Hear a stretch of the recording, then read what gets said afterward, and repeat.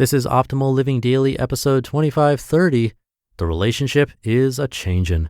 The benefits achieved when partners change together, by Dr. Gary Lewandowski of Luvze.com. And I'm Justin Malik.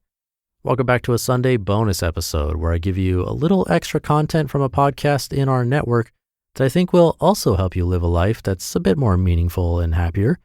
And this episode is coming from Optimal Relationships Daily. So without further ado, here's Greg with another post as we optimize your life. The relationship is a changin'. The benefits achieved when partners change together, by Dr. Gary Lewandowski of Luvze.com.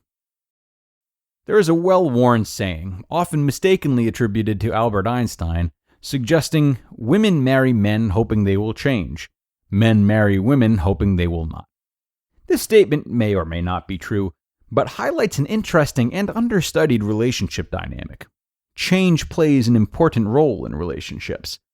It is natural to wonder how long your relationship will last, whether you will fall out of love, whether you'll have children and what they'll be like, how your partner will be as a parent, whether you'll get a divorce, etc. The common denominator in each of these inquiries is that you and your partner will experience your fair share of change along the way.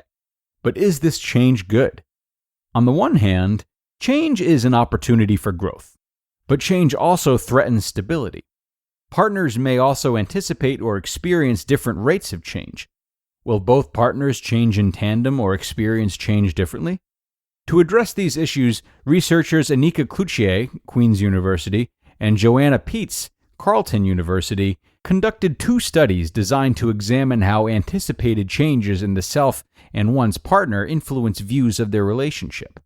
In Study 1, a sample of 183 adults from North America, average age 37.5 years, most of whom, 62%, were married, were asked to anticipate general changes in themselves and their partner by placing anticipated change into the following categories: congruent, both my partner and I will change; incongruent, I will change but my partner will stay relatively the same; and staying the same, both my partner and I will stay relatively the same.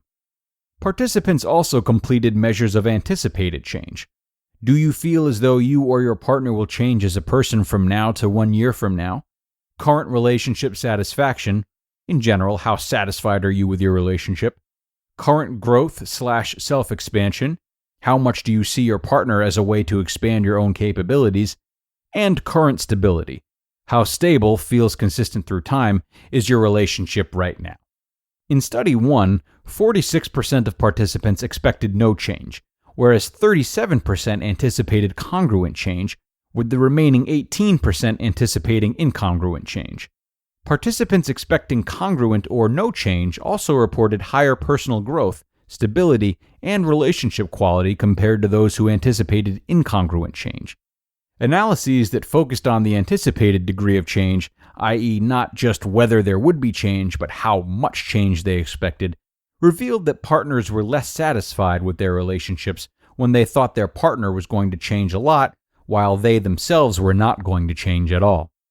In Study 2, the researchers focused more on the nature of anticipated changes with data from 175 North American adults, average age 37 years, half of whom were married. Measures paralleled those in Study 1, with a few notable exceptions. The category measure was refined to include 5 instead of 3 categories. Congruent and no change remained the same, with incongruent change divided into 3 possibilities. Both my partner and I will change in different directions. I will change, but my partner will stay relatively the same. And my partner will change, but I will stay relatively the same. Incongruent change.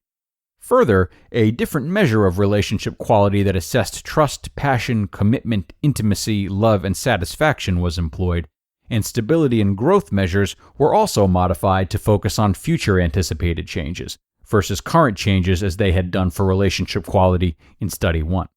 In contrast to Study 1, this time roughly 44% of participants expected congruent change, whereas 30% anticipated incongruent change in one of the 3 forms tested, with the remaining 26% anticipating no change. Consistent with Study 1, when participants anticipated congruent change, they reported higher future relationship quality, stability, and personal growth compared to those who anticipated incongruent change. Overall, these results suggest that the best relationships are those where people expect they will change in similar ways as their partner. When participants anticipated change only in themselves or only in their partners, it was not associated with relationship outcomes. Rather, the key factor that seems to influence participants' appraisals of their relationship was whether both partners were thought to be in sync. It isn't clear whether the benefit is from both partners being in sync or that being out of sync is just really detrimental. After all, thinking your partner is going to change while believing that you won't may make you feel like you're being left behind. Similarly, thinking your change is going to outpace your partner's could lead to believing that you are outgrowing the relationship. First, it is important to realize that this research focuses on anticipated change, not actual change. In addition, it focuses on change in general, without exploring the exact nature of those changes. Future research will need to explore whether some changes, e.g. personality, are more consequential than other changes, e.g. getting a new job. The research also did not directly address whether changes were positive or negative. It will be important to examine this because events themselves, e.g. a new job, can result in a mixture of positive and negative changes, e.g. more responsibility and prestige, which is positive, but less time with the partner, which is negative. Partners may both change a lot or hardly at all. Regardless of the rates of change or the nature of it, these studies indicate that as long as partners change in the same way, it bodes well for the relationship. You just listened to the post titled, "The Relationship is a Changin': The Benefits Achieved When Partners Change Together" by Dr. Gary Lewandowski of Luvze.com. And a super informative article by Dr. Gary today. You know, love and really any feelings that come with relationships can be so hard to measure.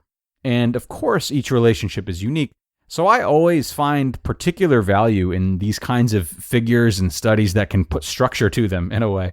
Maybe it's just me, but some very interesting takeaways from the studies he shared with us today, and I thank him for that, and will certainly keep them in mind within my own relationships. Now, let us sign off on today's episode.